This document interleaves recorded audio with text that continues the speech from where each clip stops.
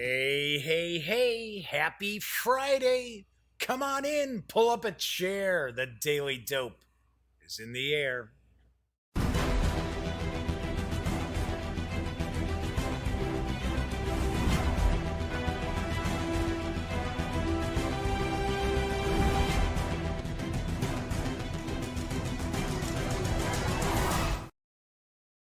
Howdy, howdy, howdy, gang. Yes, I'm Jeff McAleer, back once again as your host here at The Daily Dope, presented by thegaminggang.com. Tonight is Friday, May 3rd. This is episode 296 of The Daily Dope. So, welcome aboard. Tonight's probably going to be kind of quiet. Usually, the live shows on Fridays, I don't get a lot of people popping up into chat. But if you are watching live tonight, by all means, chat is available on YouTube. It's not on screen. It's one of the ways that I keep some of the stranger commenters at bay, but I do pay attention to it. So if you want to say howdy, or maybe you've got a question, or maybe there's something about Forum Trajanum, which I am going to do a bit of a how to play and review tonight. There's something you want to get a closer look for that, or maybe ask a question about, by all means, chime in. I will respond. If you like the video, by all means, give it a thumbs up. If you check out some of the videos on the Gaming Gang channel and you like those, please subscribe. Don't forget, ring that bell, because it will not only notify you when there is a new video available, it'll also tell you when the stream goes live within about 5 minutes or so. Hey, the Madman's popping in. Wow, 2 nights in a row, the Madman's showing up to watch the show live. Good deal. See, I wasn't lying. There really is chat. I'm not secretly over here typing away saying I'm the Madman. So, also, do want to point out, if you like the channel, or if you visit thegaminggang.com, you like the website, please tell a friend. Tell 2 friends. It's the best way to actually help spread the word. I am actually in my 9th year of covering tabletop gaming, and honestly, I think the gaminggang.com is one of the most popular websites nobody knows about. I don't know. So it is a Friday TGIF. I've got some news tonight. We're going to jump into the how to play and review of Forum Trajanum in just a bit. But let's jump into the news first, because there's some interesting stuff bopping around today. First off, there is a new game that's on the horizon from the makers of Clank, a deck-building adventure, Renegade Game Studios and Direwolf Digital. And I've got the dope, or at least a little bit of dope. The Eternal Throne sits empty as scions of the royal family struggle for control. Dispatch those who oppose you by recruiting allies to your cause, researching powerful spells, and acquiring valuable relics. From the makers of the award-winning Clank, a deck-building adventure, Eternal Chronicles of the Throne combines deck-building games and strategy card battlers into an intense strategic experience. Summon powerful allies to attack your opponents or break an unbreakable defense. How is it unbreakable if you break it? Is that kind of like sinking something that's unsinkable? I guess it happens. Will you exhibit patience and seek the power of the Eternal Throne, or forego such a risky path? The decisions are yours in Eternal Chronicles of the Throne. Enter the 6-gun and sorcery world of the hit digital card game. Honestly, I've never heard of this card game. Can't be that big a hit. I've never heard of it. Eternal is a new standalone tabletop game, and Eternal Champions, or I should say Eternal Chronicles of the Throne, kind of an oddball name, is for 2 to 4 players, ages 12 and up, plays in around 30 to 45 minutes, and will actually carry an MSRP of $25 when it arrives in August. Could be interesting. Artwork looks okay. Cards look sort of, I don't know, meh. So it looks like kind of like every other kind of trading card game out there. One thing I did notice, though, is there'll actually be a certificate in Eternal Chronicles of the Throne for like the actual online game. So I don't know if it's to get decks or something like that, but I don't know. Could be interesting. I should probably take a look to see what's going on with the actual digital game, see if it's any good. Grab a quick sip here. I gotta admit, I really enjoy Slay the Spire, which is kind of a deck building game. It's not a trading card game or anything like that. It's all self-contained. It's a PC game. It's not an online experience. But boy, I really do dig it. And it is not easy. And it's kind of roguelike too. So very, very interesting. You can play it for like an hour and then suddenly you're like, no, I got to start from scratch. All right, moving right along. Time is running out to pre-order AEG's Edge of Darkness and its first expansion and get them at Kickstarter prices. And I've got the dope. Edge of Darkness is the third card crafting game from Aldrich Entertainment Group, designed by John D. Clare. Edge of Darkness combines card crafting, worker placement, shared deck building, and a whole new threat challenge system in a medium-weight Euro-style board game of 60 to 120 minutes, so an hour to 2 hours, for 2 to 4 players. Players are the heads of powerful guilds in the city. Each guild vies with the others to become the leaders of the city in a desperate struggle against the great evil. But the guilds must also work together because the dangers facing the city can harm them all. The guilds exert their control in the city by sending agents to various locations where they can generate resources or abilities and enable the guild to take actions. Guilds grow in power as they maneuver their agents and loyalists into positions of importance in the districts and organizations of the city. Over time, the guilds can seek to create synergies between the places their agents have been assigned and the tendrils of influence the guilds have connected to the city's infrastructure. To win, a guild must have the most power in the city when the game ends. Power is gained by having the allegiance of important citizens and nobles, by accumulating wealth, and by undertaking actions beneficial to the city, such as defending it from external and internal threats. AEG is in the final stages of the first Edge of Darkness Kickstarter. Yes, the Kickstarter is over. It is your last chance to get those Kickstarter prices. So, you want to place your order for Edge of Darkness and purchase the game in the Sands of Dunestar expansion at the prices offered during the Kickstarter. The core game, as I mentioned before, is for 2 to 4 players. It's ages 14 and up and plays in around an hour or 2 hours. You can order the Guildmaster edition of Edge of Darkness for $100 and the additional Sands of Dunestar expansion for $40 through May 10th. AEG is hoping to have the finished game available this August.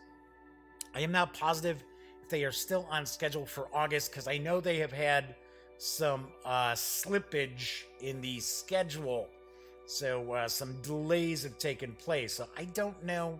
I think they're still hoping for probably a Gen Con release because that would be big news. Kabuki Kid has popped into chat. Good to see you, Kabuki Kid. Happy Friday. Got a Kickstarter that is pretty interesting.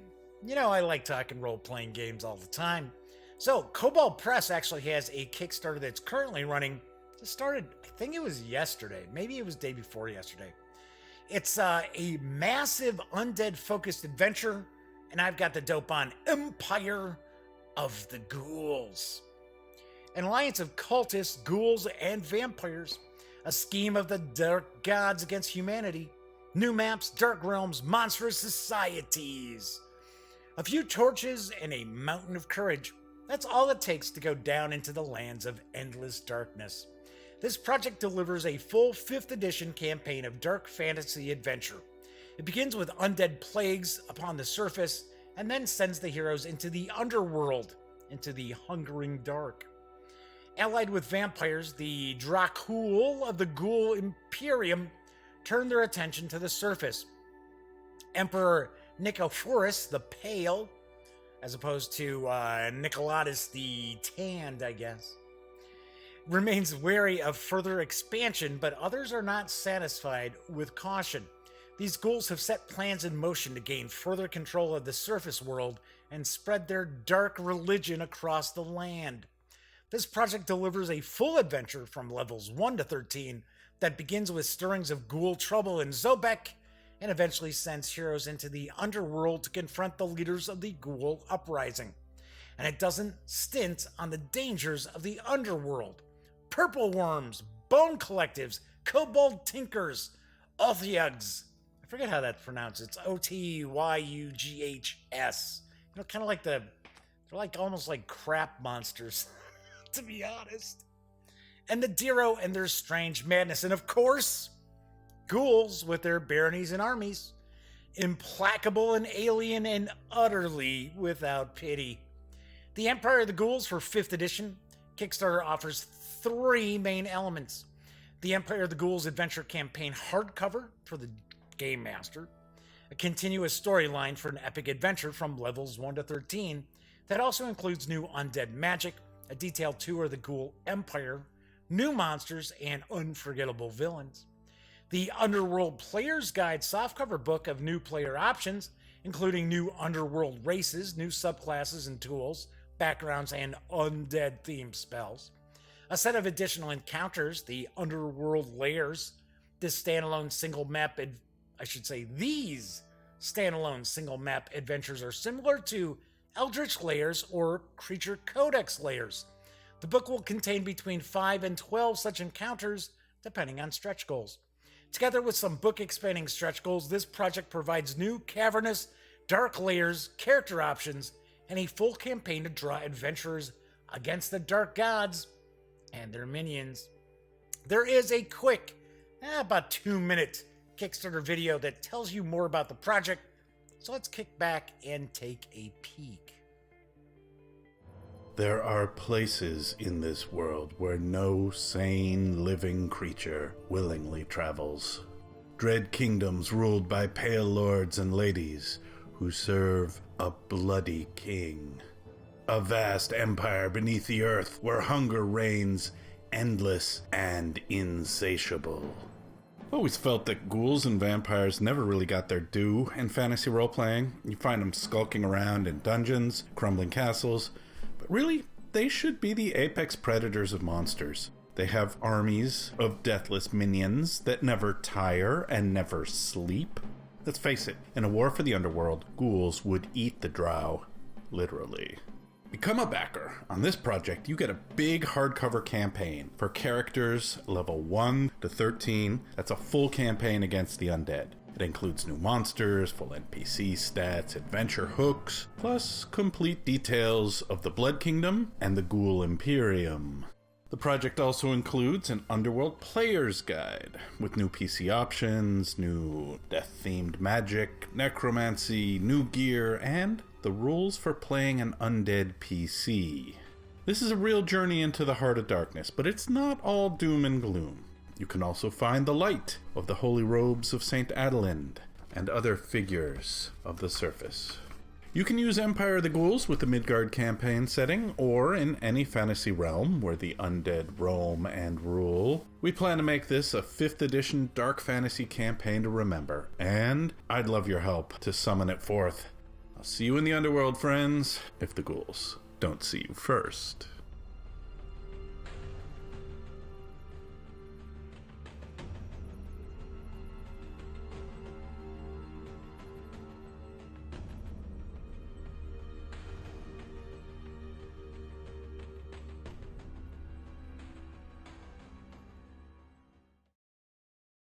Empire of the Ghouls is over 300% funding as of, well, I was going to say right now, but it was actually as of about noon today, Central Time. You can reserve a copy of the campaign and the guides in PDF for a $45 pledge, or the whole shebang in print and PDF for an $85 pledge through May 31st. Expected delivery is February of next year. So I'm up in the air a little bit. I'm pretty sure this is a brand new campaign. But then again, the way I read it sometimes, it almost makes it feel like So Kobold Press did Empire of the Ghouls for Pathfinder, and now they're porting it over to 5th edition. I'm not positive.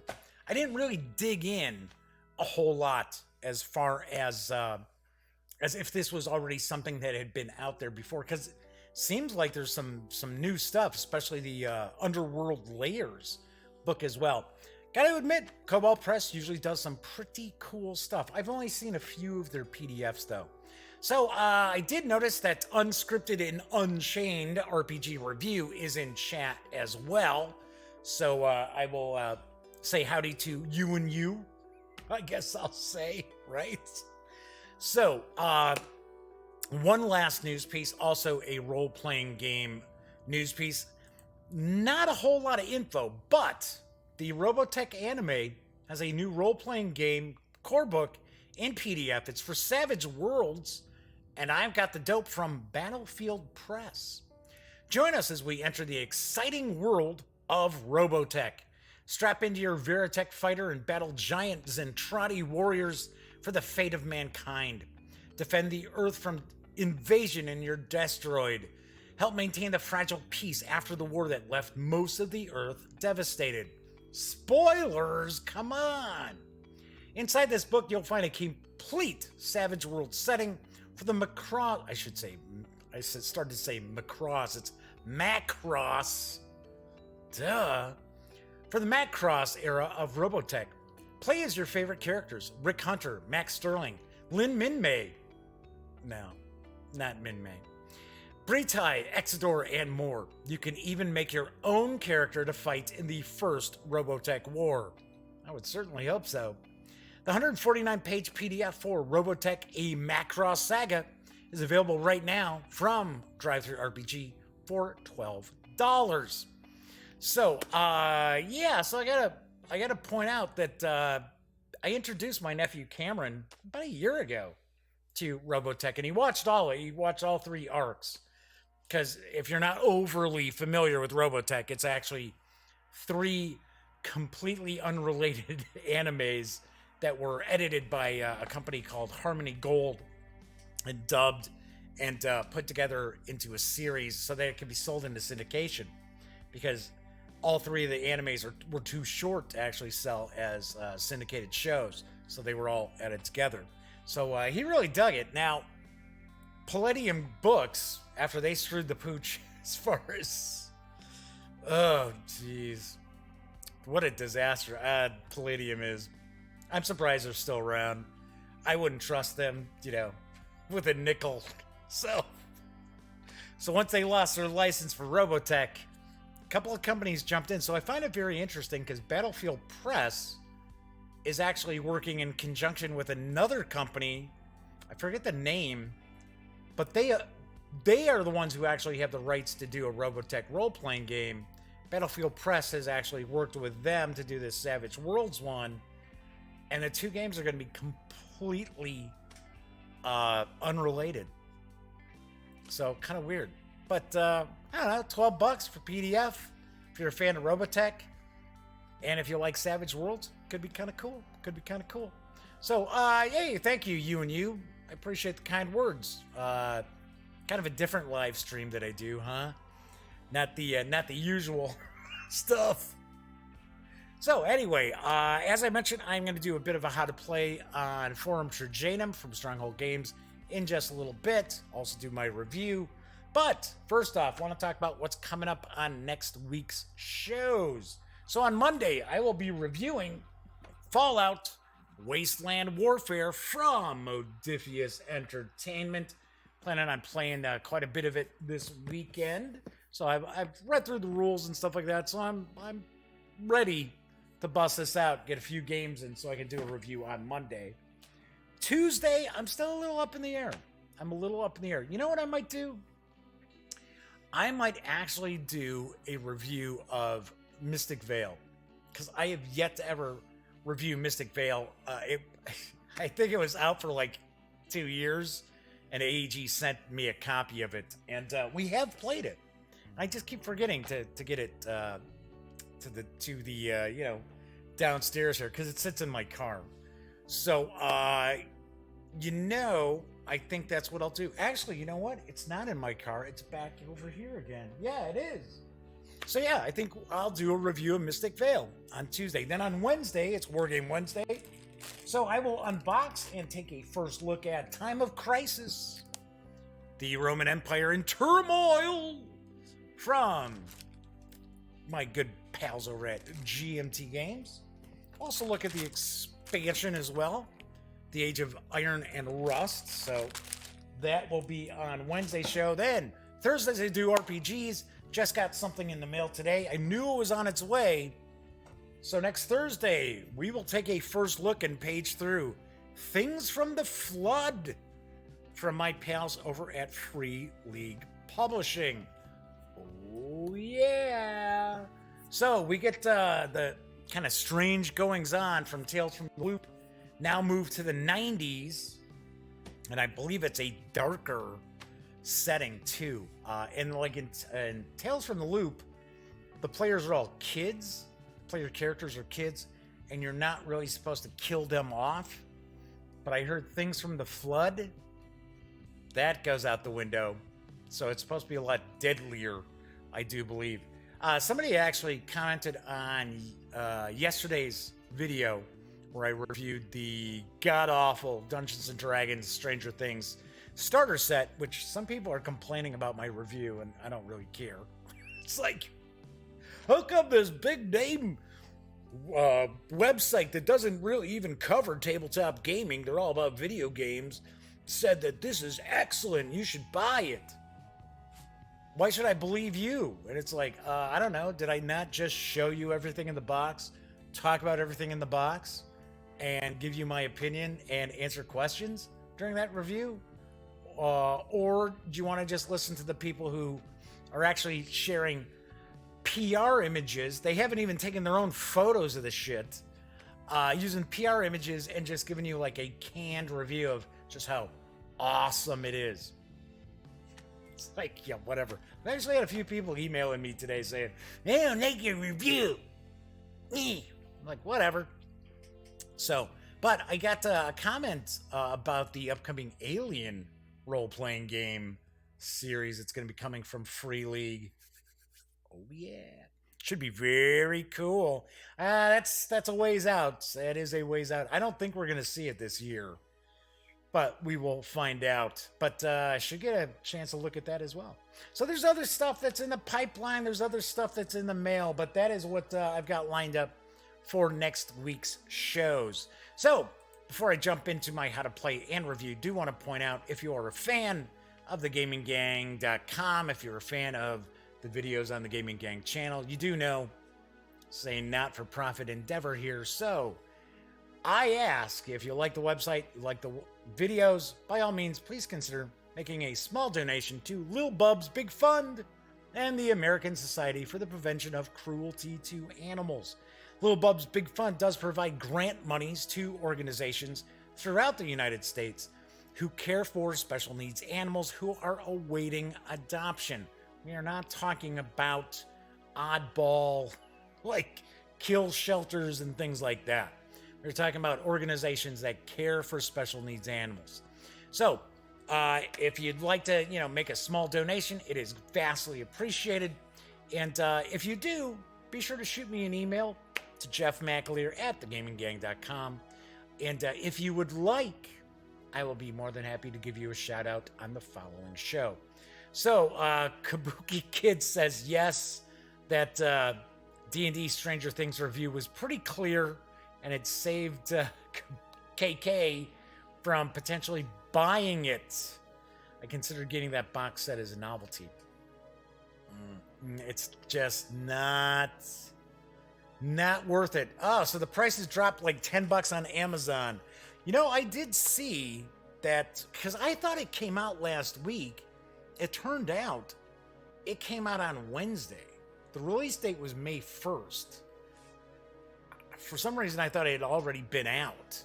So my review actually came out the day after it hit.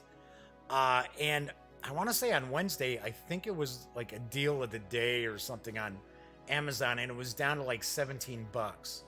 So, but as I pointed out, if you are, looking to get into 5th edition Dungeons and Dragons, get that regular beginner box, that starter set. It's excellent. I gave it a great review, a score when I reviewed it. What was it, like 5 years ago when it came out? So, and you can get it off of Walmart.com for less than $9, as opposed to paying $25 for some crap. Anyway, so Unscripted and Unchained says it came out last month. Yes, in some stores it came out last month. Came out in some places who are part of that Wizards special retailer deal. But online retailers and regular stores got it on it was actually the first. Is when they were able to sell it. Okay, so I know people are popping in because they want to check out Forum Trajanum from Stronghold Games. It's designed by Stefan Feld. I believe it's Stefan. I thought Stefan, but I have been told it's Stefan. With artwork provided by Michael Menzel. The game is for 2 to 4 players. It's for ages 12 and up. Plays in around 1 to 2 hours. About a half hour for each player, really. Carries an MSRP of $69.95. This has been out for a little bit. It's been out for a couple of months, I want to say. So let's move on over to the other camera here. As Kabuki Kid says, the retro box cover for the D&D Stranger Things is probably the coolest thing about it. Yeah, probably. Okay, so we're going to take a look at Forum Trajanum. It is a good-sized box. It's got a lot of heft to it. When you crack it open, you're not going to find a lot of air in the box itself. I've got the game pretty much set up here. I've got it laid out like a 4-player game, but I'm only sharing like 1-player board here. One of the player colonies, or colonias, as it's called in the game. So let me grab a sip, and we will kind of jump in here. The premise of the game is it's supposed to be Rome during the age of Emperor Trajanum. And, which I don't understand. I ran across, because when I was first learning how to play this, it's got, the rulebook is fine. The rulebook's okay. But there were just some things that weren't necessarily completely clicking with me. So I was like, I think I'll check out, some gameplays. Some how to plays out there. And I'll be damned if people couldn't understand how to pronounce Trajanum. And it's like, they're like, Trajanum. I'm like, you do realize it's the Roman Emperor Trajanum, right? So it's like the Emperor Trajan, so it's Trajanum. So it was weird. I was like, yeah, okay. It's Emperor Trajan, so it's Trajanum. Makes me wonder, like, some of these people who do game stuff, it's like, do you not, like, actually look into anything outside of, like, games? Sort of like, aren't you, like, interested in the history that's supposed to be behind these things? So, anyway, all right, you and you's got to go. So, thanks for popping in. We will see you next time. Okay, so yeah, it's like, I got no interest in this Euro game. I'm out of here. I'm kidding. So I'm going to throw on my specs here. So the premise of the game is, and of course, obviously enough, this is a Euro game.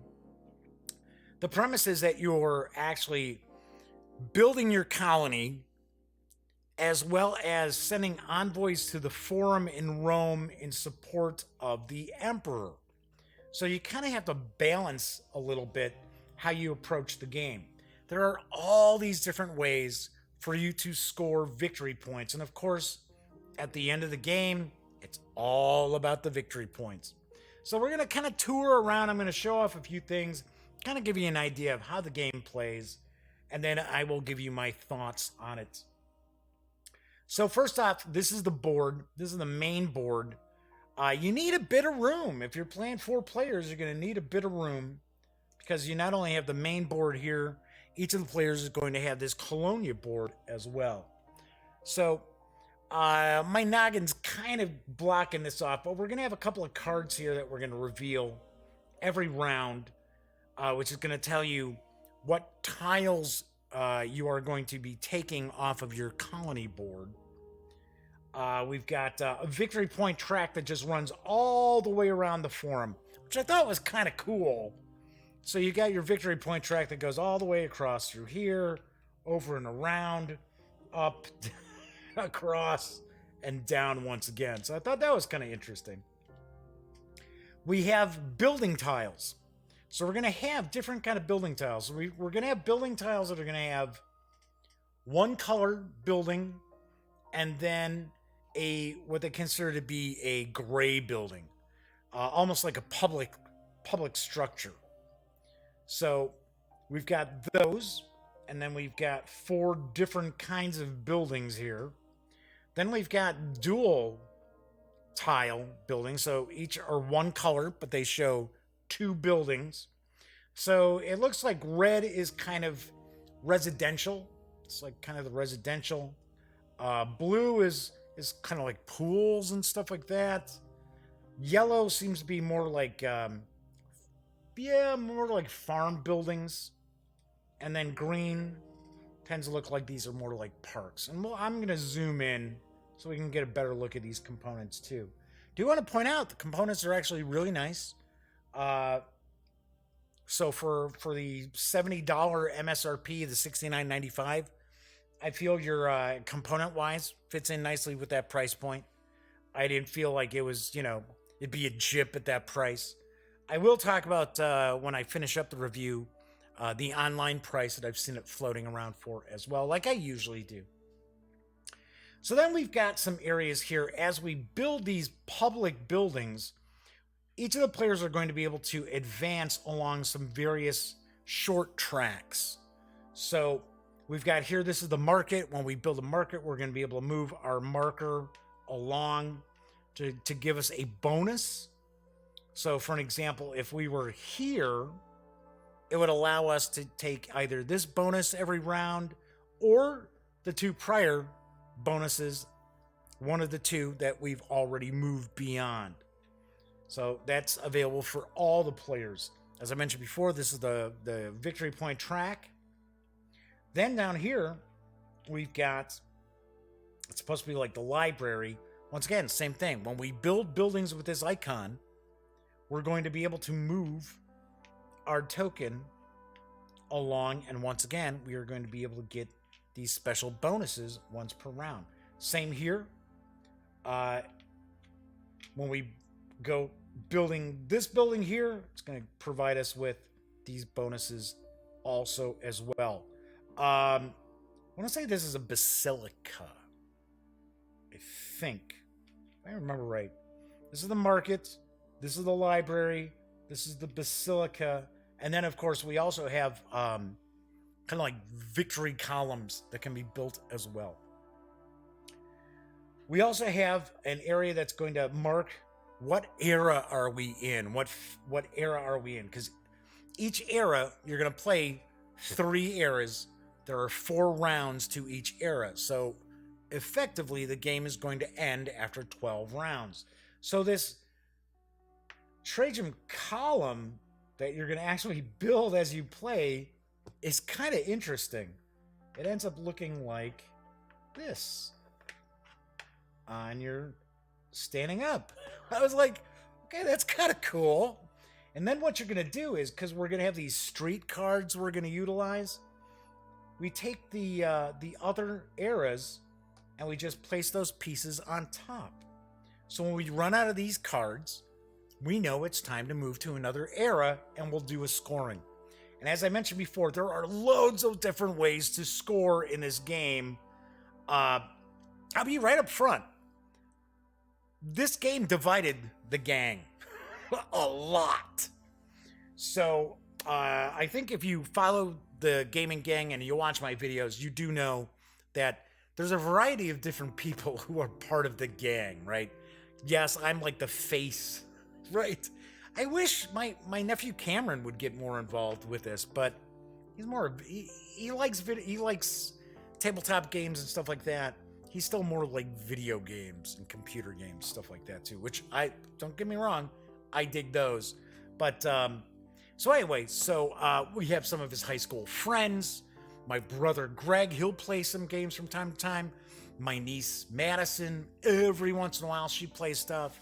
Elliot Miller, my best friend, who was part of the gaming gang, who runs voiceofe.com. He shows up and plays stuff. So, got a variety of different players, got a variety of different people and tastes playing the various games that I review. I gotta say, out of all of them, it's taken so long to get this reviewed because there are some members of the gang who are like, I effing hate this game.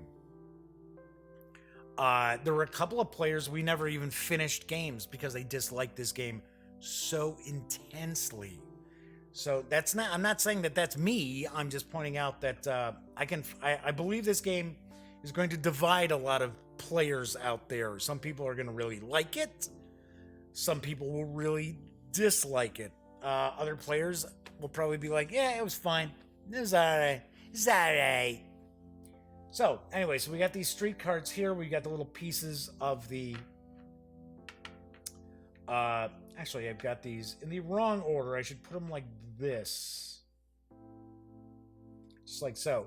Because this will tell you how many victory points buildings are going to be worth. So, anyway, which kind of throws you off a little bit because it's sort of like, okay, so we got 3, 2, 1. When you go 1, 2, 3, because in the cards that you notice that are along the side of the board, these are kind of like special Trajanum bonuses that if you can actually do what's on these cards, and you'll have one for each era. There's 4 you're going to select one randomly, which I will do, so we'll see these. Anyway, these do go 1, 2, 3. So it kind of threw me off a sec when I first started playing this because it was like, so wait, so this is like the bottom piece and then that, what? Huh? I was like, no, that can't be right. And then, of course, I looked at the rules again. I was like, ooh, yeah, okay, so I'm wrong. It goes 3, 2, 1, especially when I found out that's how you pay attention to how you're going to score victory points for the colored buildings that you will build. Then, we also have, as I mentioned, we had the buildings up here. We have more building tiles down here, but these are like single tile. So we've got a stack where we have colors, and we have a stack that are gray buildings. Now, one thing I want to point out is these tiles are actually dual-sided. So we've got green that have the victory columns on them. We've got the red that have the basilicas on them. So what you basically do is you just take the stack, you divide it in half. Same with these as well.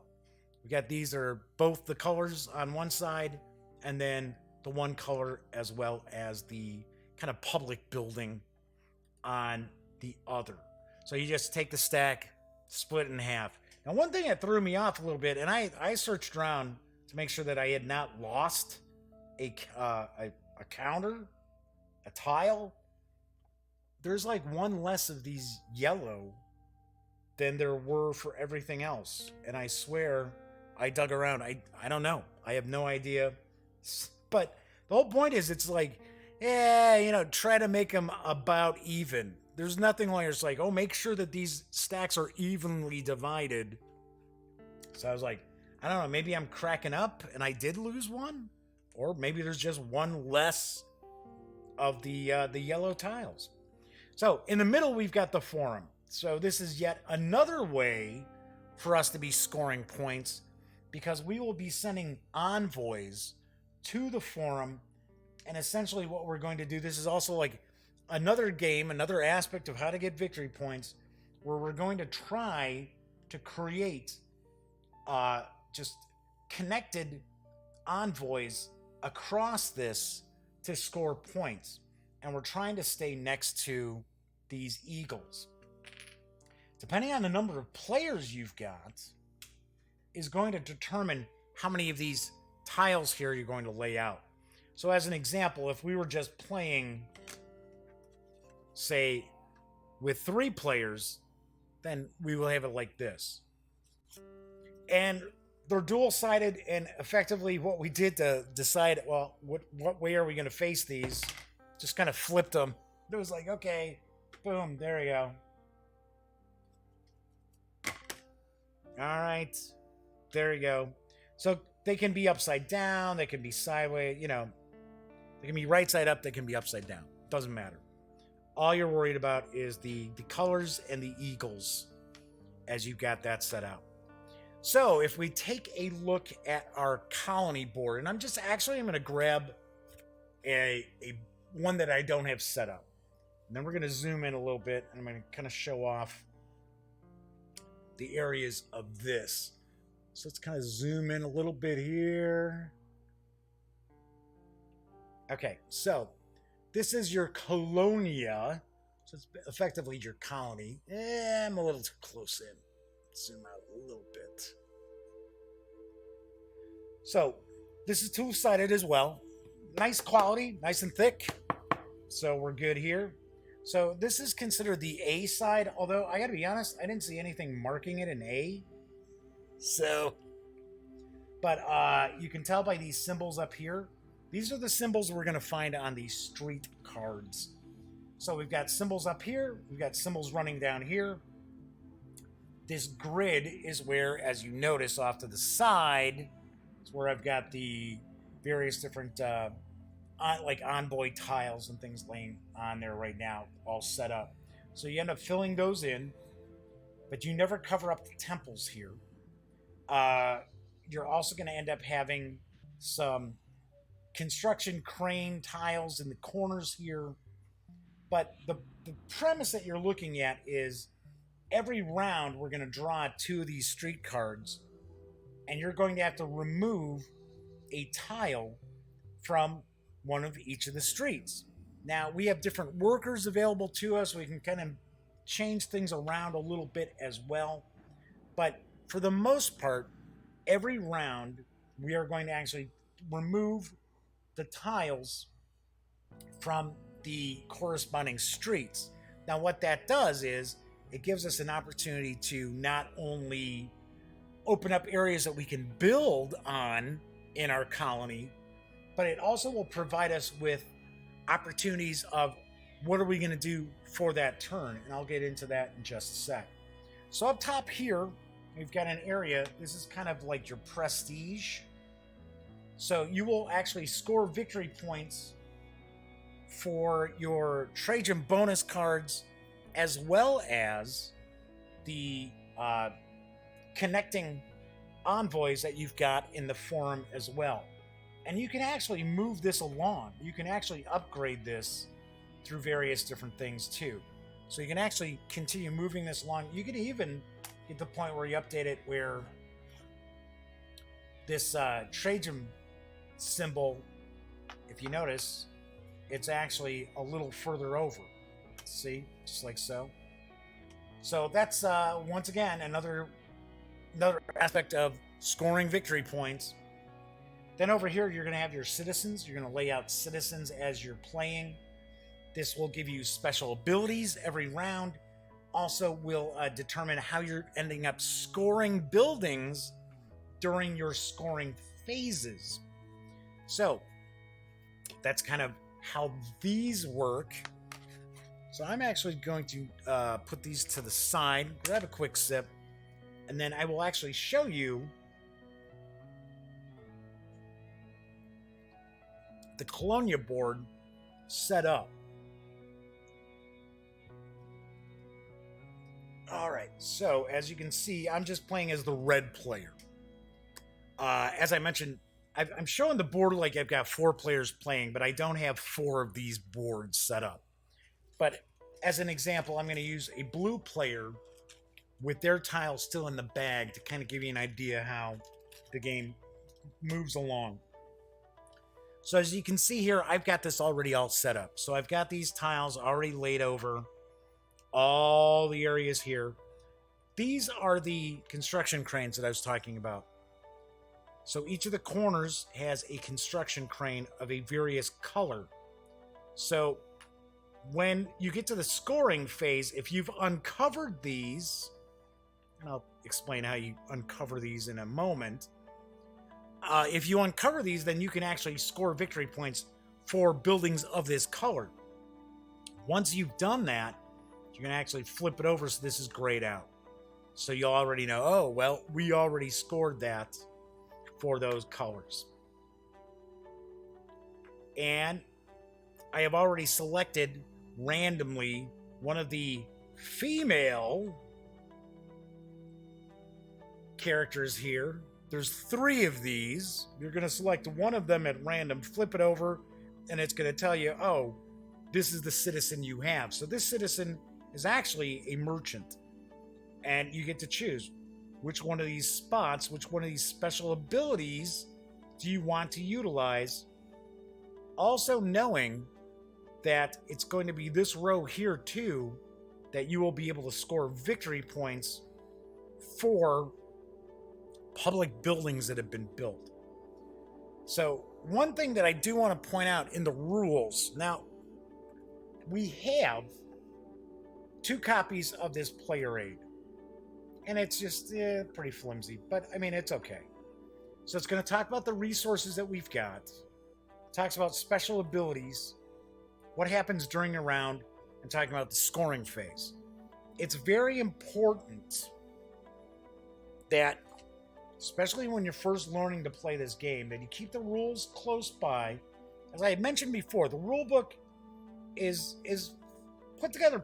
It's put together well. It just wasn't all clicking with me. So that's why I went and took a peek at one of the how to play videos. But there's a section in here. It's going to tell you all about the special abilities. So these are the citizen special abilities here.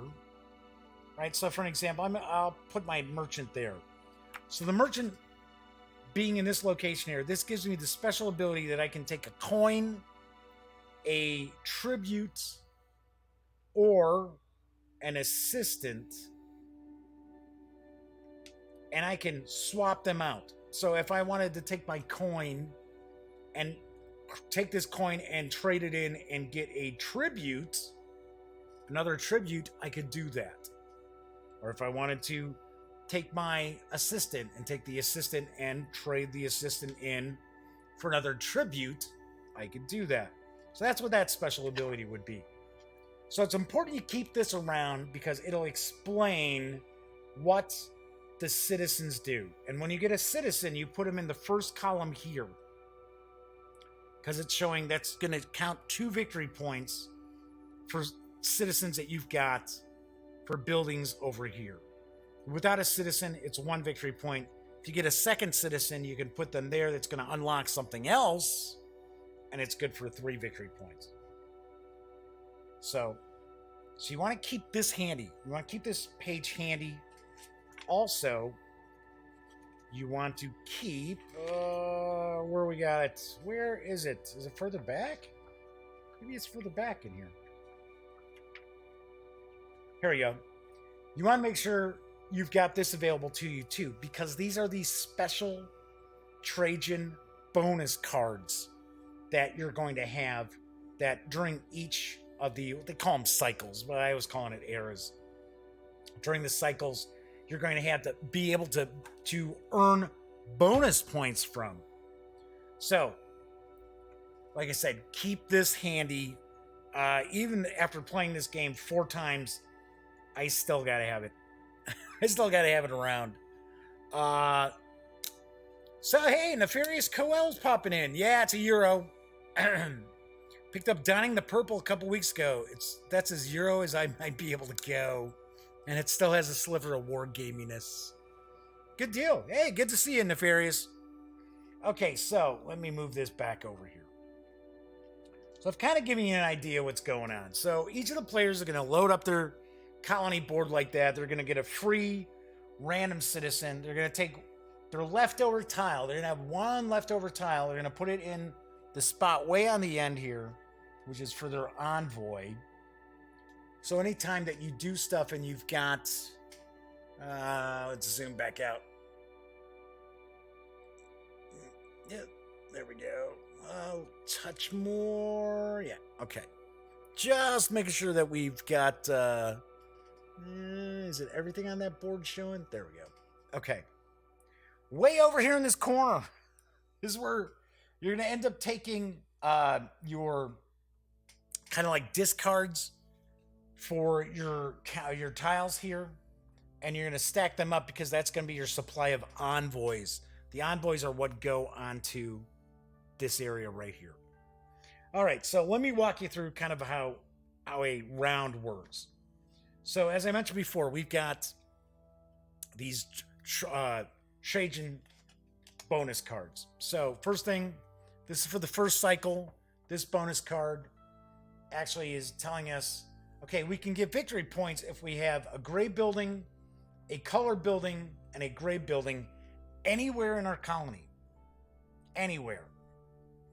Also, we got another so this is the building aspect of it.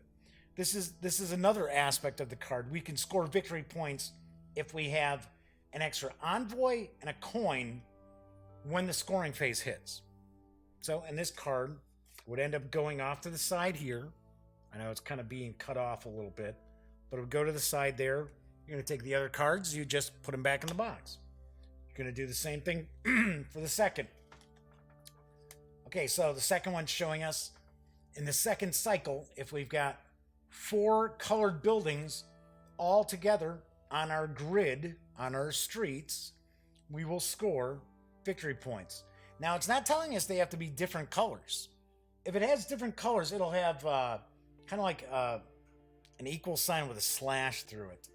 So that's our special there. Then we get victory points if we've got an assistant and 2 coins. Now I got a point. So the Furious Call says, not bitching, just admitting that I've dipped my toes in a bit. I assume Nefarious is talking about dipping toes into like the Euro game market. And I think people know from all the years I've been doing this that I am not necessarily the biggest Euro game fan, because a lot of times I am not necessarily a fan of playing games in a vacuum. I like games where you have some say, some impact on other players. All right, so we'll do the other third one. Here we go. Remember I was talking about how you got to have, if it's different, it's going to have like an equal sign with a slash through it. So this is showing if we have 3 different colored buildings all next to each other on our grid, we'll score victory points. And then the other section is showing if we've got a victory column as well as a tribute and a builder, the gray is builder, then we'll score victory points. So you're probably wondering, well, how do you know what kind of victory points you're going to get? It's got to do with this track up here. So if we take a look, you'll see that we've got 7, 5, and 3. Depending on where this is, as it slides along, is going to be what kind of victory points you're going to get for that special builder bonus, as well as the kind of like side bonus. So there's 2 bonus victory point possibilities with the Trajan bonus cards. Okay, so first round starts off. First thing we do is we're going to take 2 street cards. Let's zoom back in on this. Okay, so we got the 2 street cards. So what we're really basically looking for is we're looking for these symbols here. That's exactly what we're looking at. So we're looking for these 2 symbols because this is going to indicate where are we going to take tiles from our colony. So these are we've got like light color, we've got white, and we've got black. So they're both white, so we know they're going to be up here. So there's the amphitheater right here, and we also have the Capitolina, which is here. So I need to take a tile from this street as well as this street. So what I can do if I want, I can actually take this one that's already revealed, and that's going to open this up. It's going to open up my ability to score victory points for green buildings that I might build. Or I can take one from here and open up an area for me to actually be able to build a building. So what I might actually decide to do is I might decide, hey, you know what? I want to build a building. So I think I'm going to take this off of here, and I'm also going to take this off of here. Okay? So we're going to take the 2 tiles. And we're going to flip over the tiles and see what these tiles say. Let me put this back down. So we see that this tile here is good for a red worker as well as a builder. This tile here is good for a worker of any color and a coin. I'll tell you what, like I said, money's not easy to come around in this game, so try to get the coins whenever you can, because I'll explain why in a sec. Not only, we saw there's some bonus victory points out there if you have like coins sitting around, right? Like your treasury. But you also have to pay for your citizens. So you may have to make sure that your citizens are paid for before the scoring. Because if not, then you're not going to get those victory points.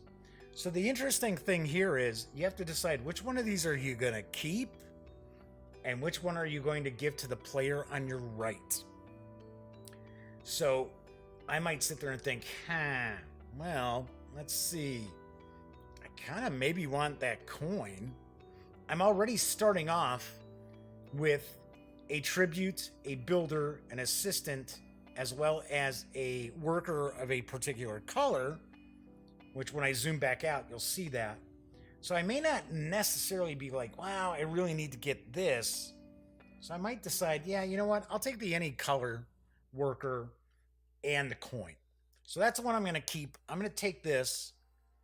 I'm going to flip them both over. And I'm going to keep this one, and I'll show you where you put him when I zoom back out. And I'm going to give this to the player on my right.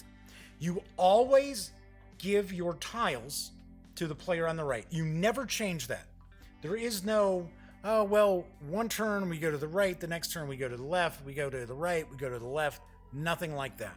It's not like card drafting games or any kind of drafting game. So this is the one we're going to give away. So we would give that off to the player on the right. Now that player on our left is doing the same thing. Everybody's doing this at the same time. Everybody's selecting their tiles from their colonia, deciding one to keep and one to give away. And I'm just pulling this out at random, so no big deal. Weird. I got an encoding overload message. That's weird. But CPU looks good, and it's showing no drop frames. So that is that's kind of odd. I've never seen that about. All right, so let's say for an example, so the player on our left is the blue player, and they decide, okay, they're going to give me this. So this would give me the opportunity of actually advancing my track on the victory point up here, right? My favor track, basically. 1, because that's what this little arrow means, and get a coin. All right, so now I'm sitting here, and I have a choice. Which one of these am I going to use? Which one do I want to use? So what you're going to end up doing is, on your board, I'm going to zoom back out. Yeah, zoomed in, sorry. Okay. There we go, that's good. Okay, so what you're going to end up doing is, once you've got your 2, you're going to flip those over. See, now these street cards actually go right here. So, and as I mentioned before, you're pretty much looking at, you're just trying to match up these symbols here. Okay, so now I've got, everybody puts their tiles down here. You got little pieces here. And then when it's your turn, you just reveal them. And you say, okay, this is what I'm going to do. So, as an example here, I'm kind of like, I don't really care about that. I'm going to get rid of this. So I'm going to decide I don't want to do that. So I can give this back to the blue player. They can toss it off to the side. I'll just put it back in the bag. You can discard it.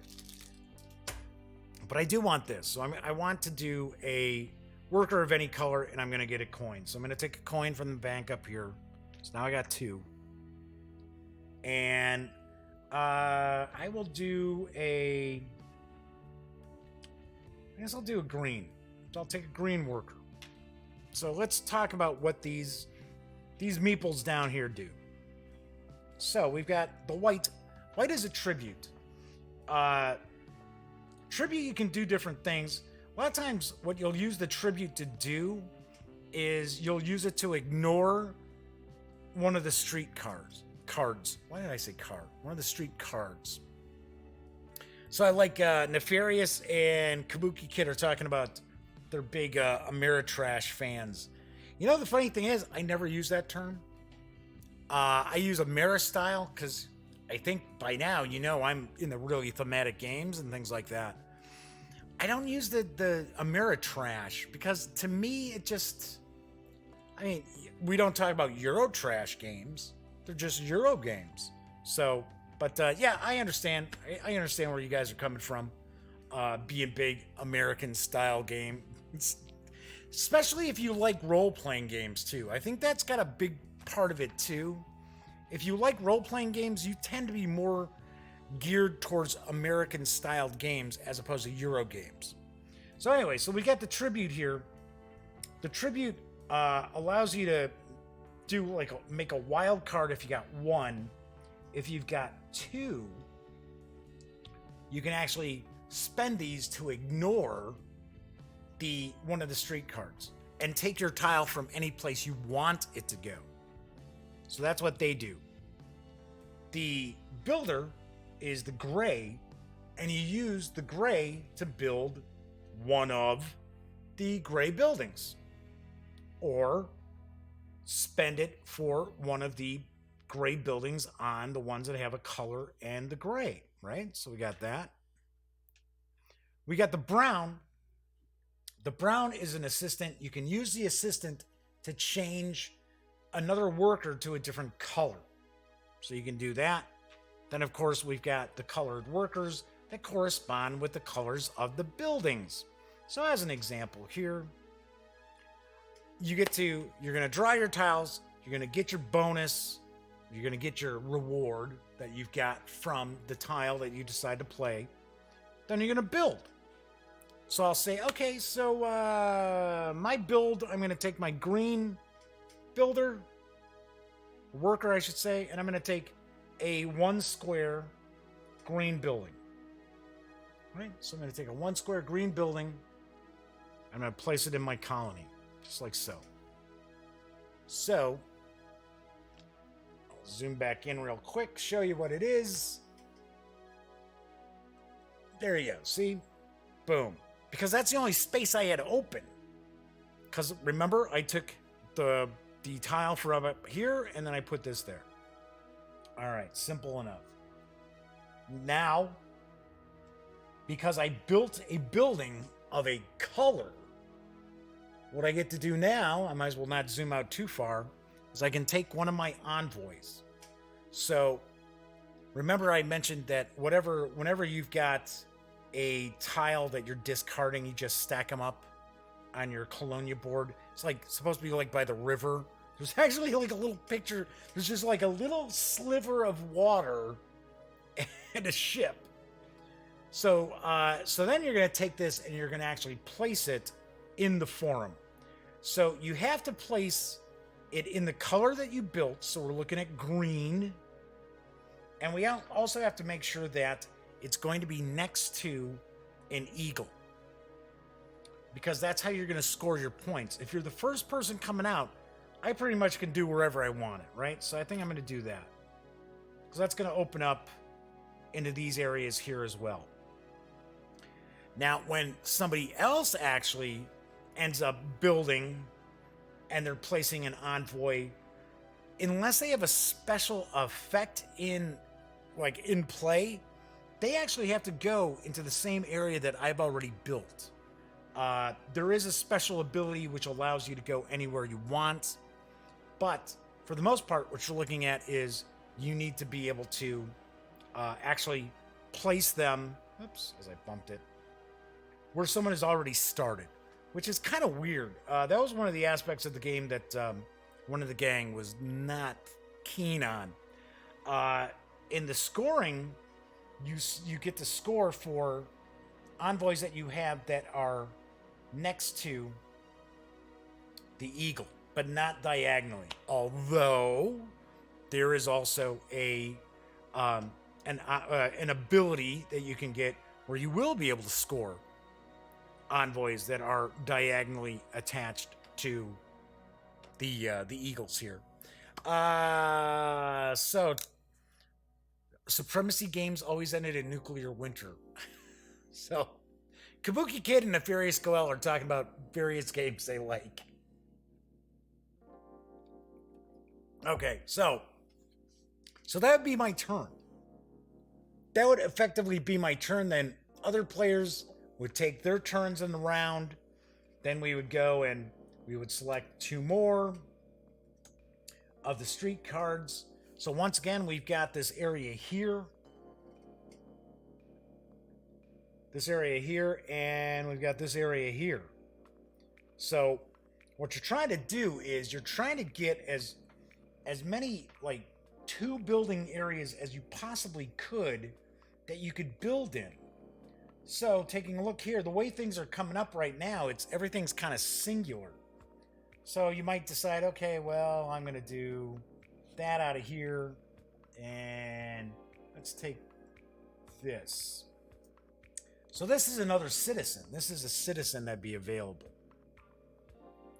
So taking a look here, it basically shows, so I've got the option of,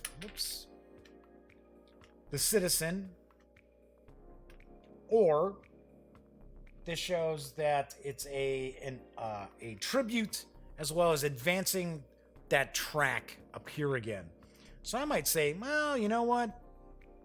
I'll hand this one off. I'll give this one to the player on the right. I'm going to keep this one. Maybe they send me something that's kind of decent. Let's reach in and just grab it.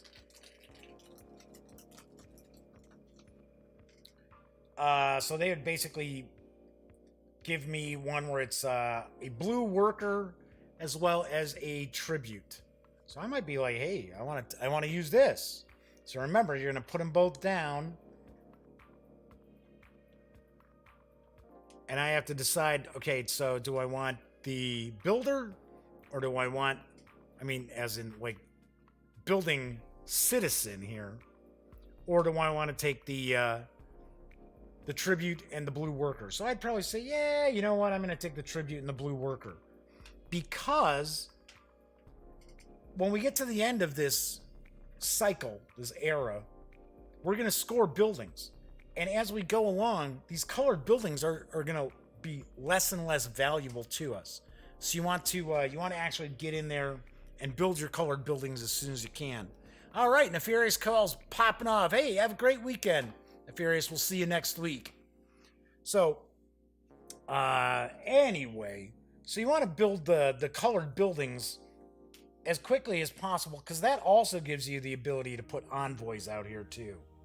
So as an example here, I would maybe say, okay, so I'm going to spend my blue, and I'm going to get myself a blue building. So I take the blue building, put it up over here. That means I can also send an envoy. Now, when I send my envoy, it's got to go to an area of the same color I just built. So I'd do it like that. And there are times where, like, if you build a victory column, you'll score victory points right away. So you've got various different aspects to that too. So once you get past, and I'm going to toss out a few things here just to kind of make this look a little different. Grab these. Let's get rid of some of these. Just kind of give you a feel for what the colony starts looking like. Now, you're not going to actually clear all this stuff off. So that's something you want to keep in mind. You're still going to have some areas where you've got people at the end of the game. So part of the prospect of the game is how do you work around having to select the streets where you got to take tiles from. Sometimes maybe it makes sense for you to spend a couple of tributes if you've got them to ignore one of those cards and take something from an area that you want. So for an example, let's say maybe I did that and I removed those, and then maybe I was able to play a green worker and maybe an assistant with another worker that changed it to green. You would have to spend 2 green workers to build this. Let's get rid of some of these here. So maybe I did something like this. That would cost me a blue worker as well as a builder, the gray meeple here. Let's toss that there. Put this up here. Now, while you're doing all this, you still want to keep in mind these bonus cards, the bonus victory point cards, right? Remember, it's 1 gray on each side of a colored building. If I can pull this off, I'm going to get more victory points. So anyway, so you're going to eventually be filling out your colony as you're also laying out these envoys as you're building different colors. I'm just throwing these out there as an example because, of course, there'd be envoys of other colors as well. So once you would finish up your cycle, these cards have all been revealed. So now we got this open. We know that's the end of that cycle. So we know we're going to go into scoring our victory points. So if we've uncovered these building cranes, we're going to get to count victory points for each colored building of those colors. And the victory points we get are going to be what's on the column here. So we get 3. So as an example here, we'd be looking at, that'd be 6, that'd be 9, because we've uncovered the green. Cover that up. We've got the red. We don't have any red. We don't have any red buildings, so we're not going to use that to score. So we would have 9 victory points for that. Move down there. Then you've got gray buildings. So you look at the buildings, gray buildings that are in the row that you have citizens. Now you have to pay a coin for each of your citizens before the scoring. So I had 2. Now I'm down to 1. So I don't have any public buildings in this, so I don't get any victory points for that. Then we're going to look at the forum. So we're going to look at, okay, so what can I score here victory point wise for the eagle? So that's, we got 1, we got 2. So we've got 2 victory points. You do get the ability, you might get the ability, I should say, to put your envoys on top of an eagle. That gets you 2 victory points. So that'd be a couple more victory points. There we go. We're at 11 now. Then we look at, okay, so how many of these do I have connected? Well, I've actually got 5. So let's say maybe as this round went, I got to advance this 1. Okay. So I've got 5 connected. I would look here 4 to 5 on this, and it tells me I get 2 victory points because I have 4 to 5. So that'd be 2 more victory points. Just like so. And then finally, we would look, okay, were you able to fulfill any of these Trajan bonuses?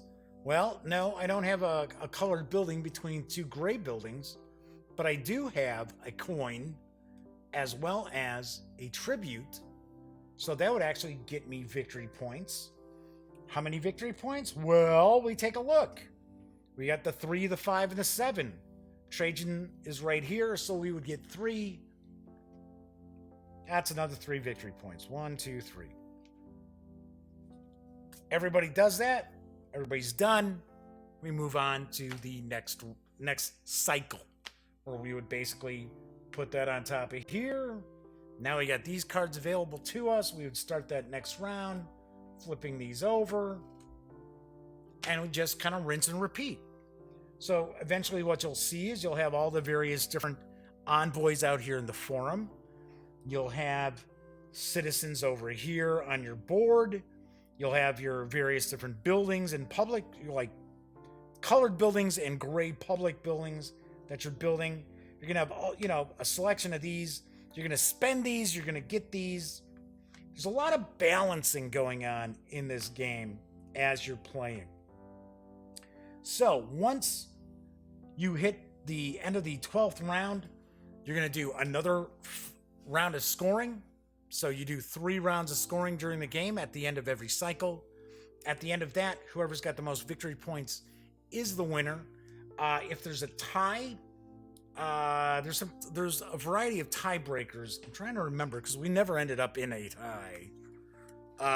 We've got let's say we've got like most buildings.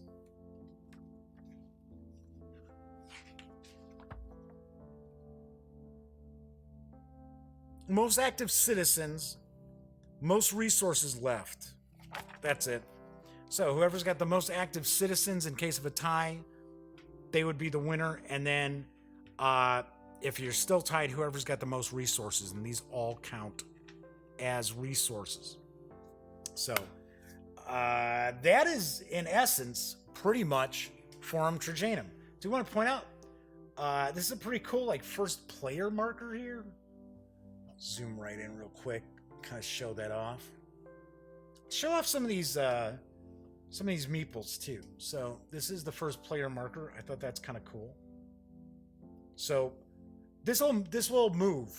This first player rotates throughout the game. The thing that doesn't rotate is you're always handing the tile over to the other player to your right. So these are the tributes. Those are the builders, assistants, and of course, the colored workers. So the colored workers, the builder, and the assistants are all the same design of meeple. So, and then these are the pieces of the column, which I thought was kind of interesting. I was like, that's a nice little cool touch. All right, so that's pretty much, in a nutshell, kind of how you play Forum Trajanum. I'm sure I'm forgetting something. I usually forget something. Anyway, what do I think of the game and what is my review score? So, as I pointed out, I think this game really would divide people, especially if you're not a big Euro game player. So there's aspects of it that I really like. I will talk about some of the stuff that some of the members of the gang were not keen on. So things that I do like. For a Euro game, you do actually get to kind of impact a player. Now, if you're playing as a 2-player game, and we played this a couple of times as a 2-player game, it's pretty cool because, remember, you're handing that tile over to the player on your right. Well, obviously enough, you're giving it to the other player. So you can kind of see what they're trying to do and sit there and be like, oh, okay, I think I'm going to mess with that. I'm going to throw a wrench in that. So I like that. I like the ability that the decisions you're making will have an impact on at least somebody else at the table. In a 4-player game, 3-player game, you're still going to impact one person, but say in a 4-player game, you're just messing with the person who's on your right. Person on the left is handing you a tile. Person directly across from you, you really have very little interaction with them, except for in the forum.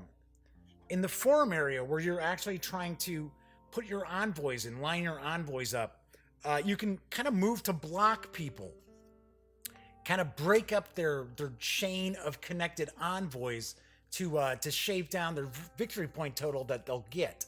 That's something that you're doing there. So you're kind of messing with them as far as that goes as well. Thematically, does this feel like an ancient Roman game? No. Do you really feel like, wow, I'm building a colony and I'm influencing Rome? No. But you know what? That's okay. Like I said, it's a Euro game. I don't expect it to be hugely thematic. I like the fact that you do have to kind of think about what you're going to do.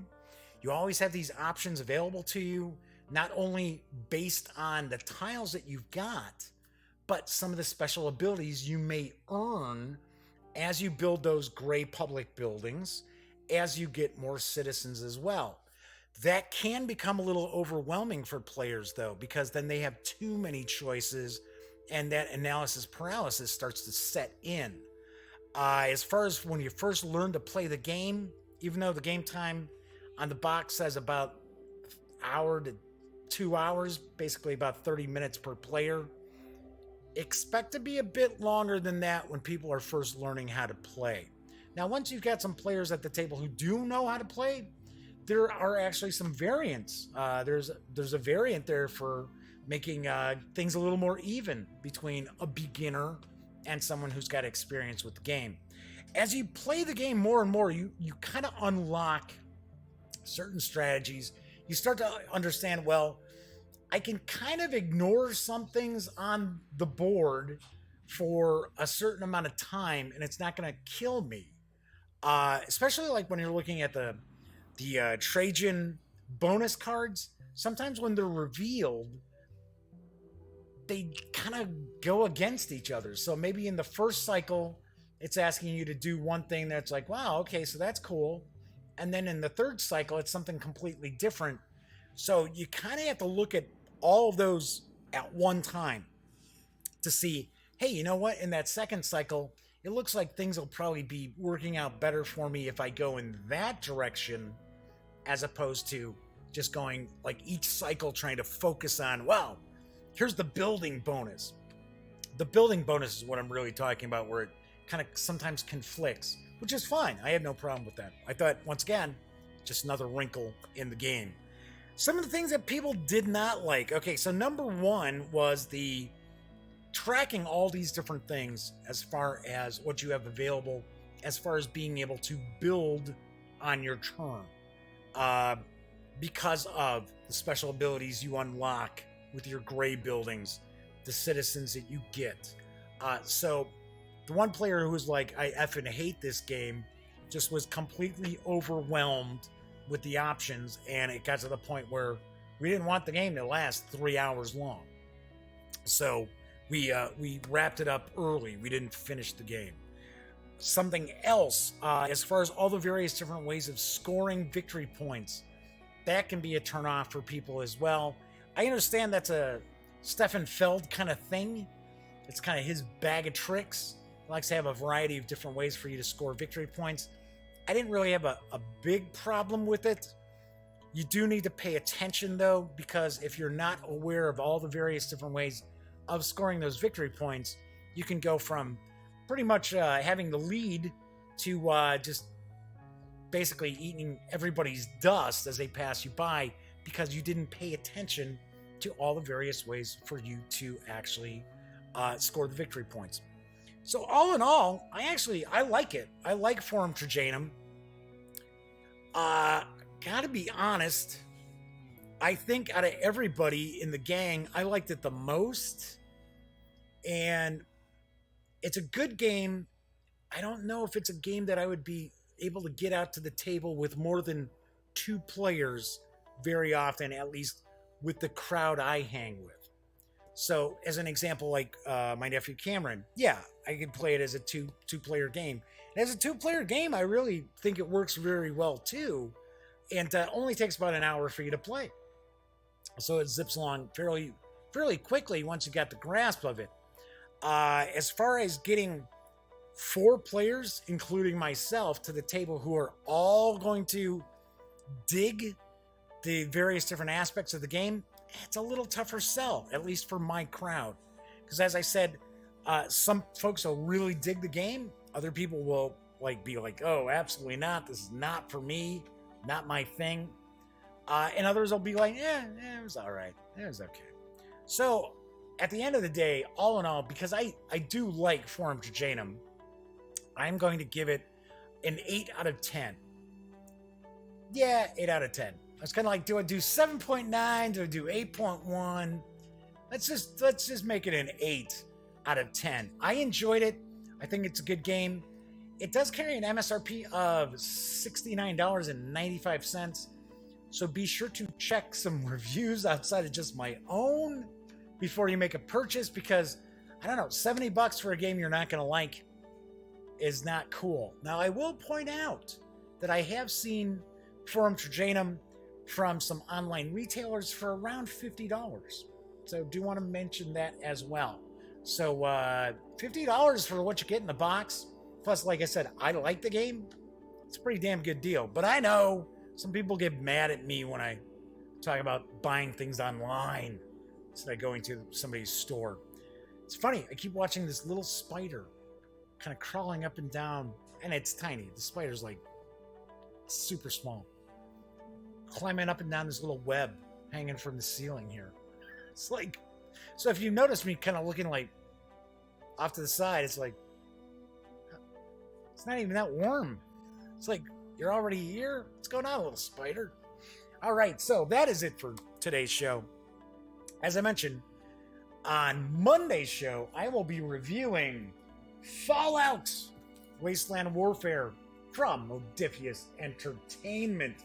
So that will be coming up on Monday's show. So as I like to point out, when you are not watching videos on the Gaming Gang channel, please go visit thegaminggang.com for all the latest in gaming news, reviews, comics, movies, TV. By now you know the drill. Get your geek on at thegaminggang.com. For everybody who joined me in chat tonight, thank you very much for popping in on a Friday and keeping me company. Fridays tend to be kind of quiet as far as chat, so I was very pleasantly surprised to see people popping in, especially when I was doing a review for a Euro game too. Anyway, if you are watching live and didn't chime in, or if you're watching after the fact, I appreciate you too. Thank you very much for watching.